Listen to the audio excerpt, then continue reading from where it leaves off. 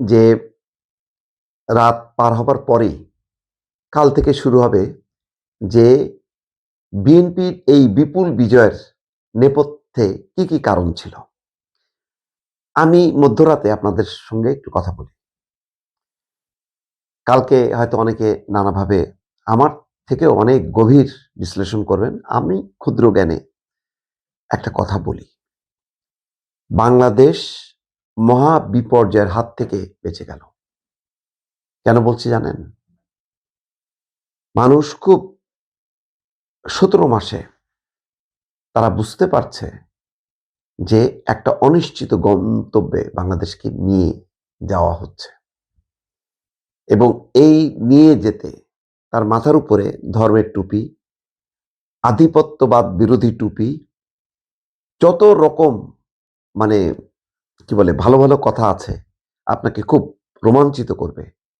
সেই সমস্ত ঘুম পড়ানি মাসি পিসির সেই গান গেয়ে আপনাকে নিয়ে যাচ্ছিল একটা গভীর অন্ধকারে। যেই অন্ধকার অবসান ঘটেছিল ৫ই আগস্ট। কারণ তখনও কিন্তু স্বাধীনতা মুক্তিযুদ্ধের আফিম খাইয়ে জাতিকে ঘুম পড়িয়ে একটা শ্রেণী ক্ষমতার চর্চা করছিল। ক্ষমতার মসনদে বসে তারা বাংলাদেশে একটা ফ্যাসিবাদী শাসন কায়েম করেছিল, লুটপাটের শাসন কায়েম করেছিল। তাদের অবসানের জন্য এদেশের মানুষ সবাই আন্দোলন করেছে। কিন্তু দুর্ভাগ্যজনকভাবে সত্য, আন্দোলনের অপরিচিত কিছু মুখ সেই মুখগুলোকে ক্যাপচার করলো একটা ধর্মান্ধ শক্তি। যেই শক্তি আমাদেরকে নিয়ে যাচ্ছে একটা অজানা গন্তব্যে, একটা ভয়ঙ্কর গন্তব্যে। যে গন্তব্যের বিরুদ্ধে বাংলাদেশ, যে গন্তব্যের বিরুদ্ধে বাংলাদেশের জন্ম। বাংলাদেশের জন্ম বাংলাদেশের মুক্তিযুদ্ধ স্বাধীনতার উপর ভিত্তি করে। তারা বলছিল যে না, স্বাধীনতা মুক্তিযুদ্ধ দরকার নেই। আমাদেরকে আজাদির পথে, আধিপত্যবাদের বিরুদ্ধে ইনকলাবের পথে যাইতে হবে। ধর্মীয় উগ্রতা, যে উগ্রতার একটা নমুনা আমরা পাশের দেশ ভারতে দেখি। বিজেপির নরেন্দ্র মোদী সেই ধর্মের উন্মাদনা দিয়ে ভারতকে বলতে গেলে একেবারে বিচ্ছিন্ন করছে। তারপরেও ভারত তার মতন করে ভালো আছে, কিন্তু ভারতে সংখ্যালঘু জনগোষ্ঠী তারা ভালো নেই। ভারতের যে বৃহত্তর যেই ঐক্য সংহতি, যেটা অসাম্প্রদায়িক নানা রকম শক্তি সম্মিলনে যেটা পরিচালিত হতো, সেই জায়গায় টুকরো টুকরো করে ফেলছে। বাংলাদেশে ঠিক তাই। দেখেন, জুলাই গণঅভ্যুত্থানে আমরা সবাই অংশ নিলাম। কিছুদিন যেতে না যেতেই বলা হলো যে এরা হচ্ছে দোসর, এরা হচ্ছে বামপন্থী, এরা হচ্ছে নাস্তিক, এরা হচ্ছে মুরতাদ। এই সমস্ত স্লোগান দিয়ে মাজার ভেঙে ফেলা হলো, শতাধিক মাজার। উন্মাদনা তৈরি করা হলো। মাটি খুঁড়ে কবর থেকে লাশ তুলে এনে সেই লাশ জ্বালায় দেওয়া হলো। জীবন্ত মানুষ ভালুকায় ধর্মের কথা বলে একটা সংখ্যালঘু সম্প্রদায়ের মানুষকে, দীপচন্দ্র দাসকে পুড়িয়ে মারা হলো। বাংলাদেশের বাইরের ভারতের আপামর মানুষ যারা হিন্দু সম্প্রদায়ের, তারাও শঙ্কিত হলো কি হচ্ছে বাংলাদেশে। সারা বিশ্বের প্রশ্ন কি হচ্ছে বাংলাদেশে। তারা দ্রুত গতিতে চাইলে বাংলাদেশে একটা নির্বাচন হোক, নির্বাচিত একটা সরকার দেশকে পরিচালনা করুক, যাতে মানুষের জানমালের নিরাপত্তা থাকে। কিন্তু হাই, কোথায় কি?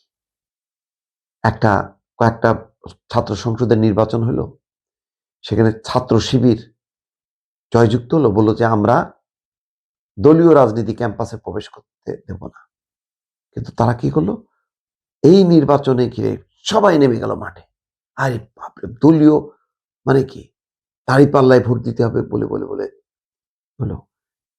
যারা ছাত্র দলকে কমিটি করতে দিল না ক্যাম্পাসে, বলল দলীয় রাজনীতি করা যাবে না, তারা মানে জামাতকে জয়যুক্ত করার জন্য মাঠে নেমে পড়ল।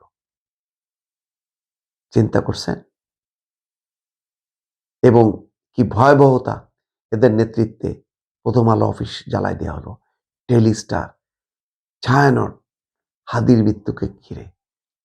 মৃত্যুকে ঘিরেও সবাই যখন শোকাহত, সেই শোককে তারা শক্তিতে পরিণত করে তারা আর একটা অভ্যুত্থানের চেষ্টা করলো।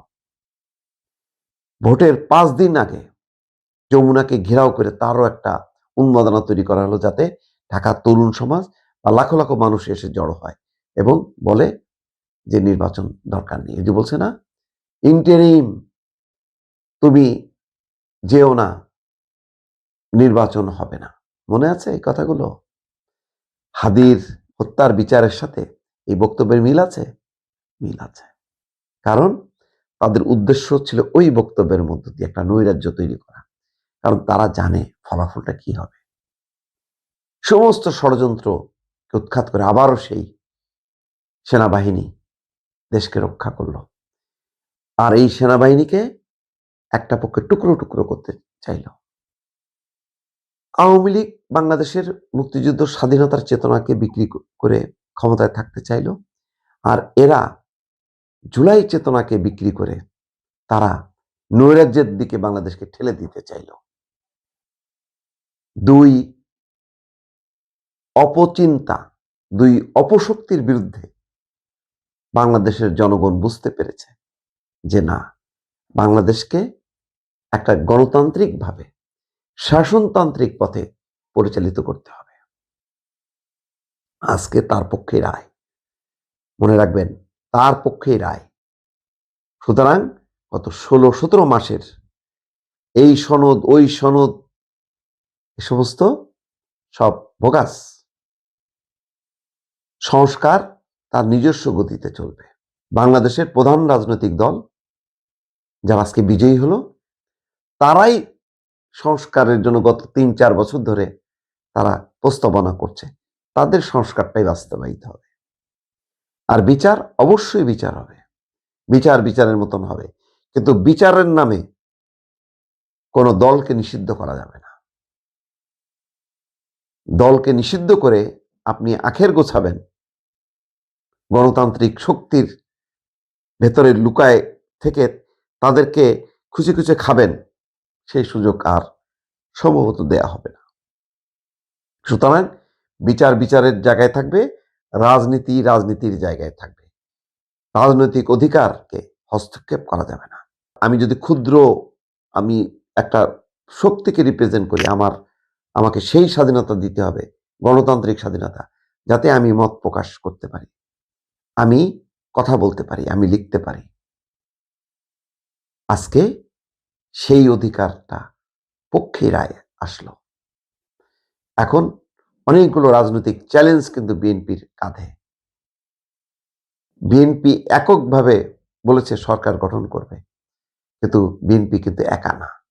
একক সরকার বিএনপির পক্ষে এখন লাখো জনতা যদি ঐক্যবদ্ধ হয়, তাহলে যেই অপশক্তিগুলো নির্বাচন পরবর্তী সময় আবারও সেই হুজুগ তুলবে, সেই হুজুগগুলো মোকাবেলা করতে হবে। আশা করি সেগুলি হবে। বিজয় শুরু হলো দর্শক, নতুন বিজয়। এই বিজয় পরাজিত করেছে জুলাই চেতনাবাজদের আর 71-এর চেতনাবাজদের। দুই চেতনা ব্যবসায়ীদেরকে উৎখাত করে, নির্মূল করে আজকে প্রকৃত গণতান্ত্রিক শক্তির বিজয় হয়েছে। এই বিজয়কে ধারণ করা প্রতিটি মানুষের, প্রতিটি নাগরিকের দায়িত্ব এবং কর্তব্য। দর্শক,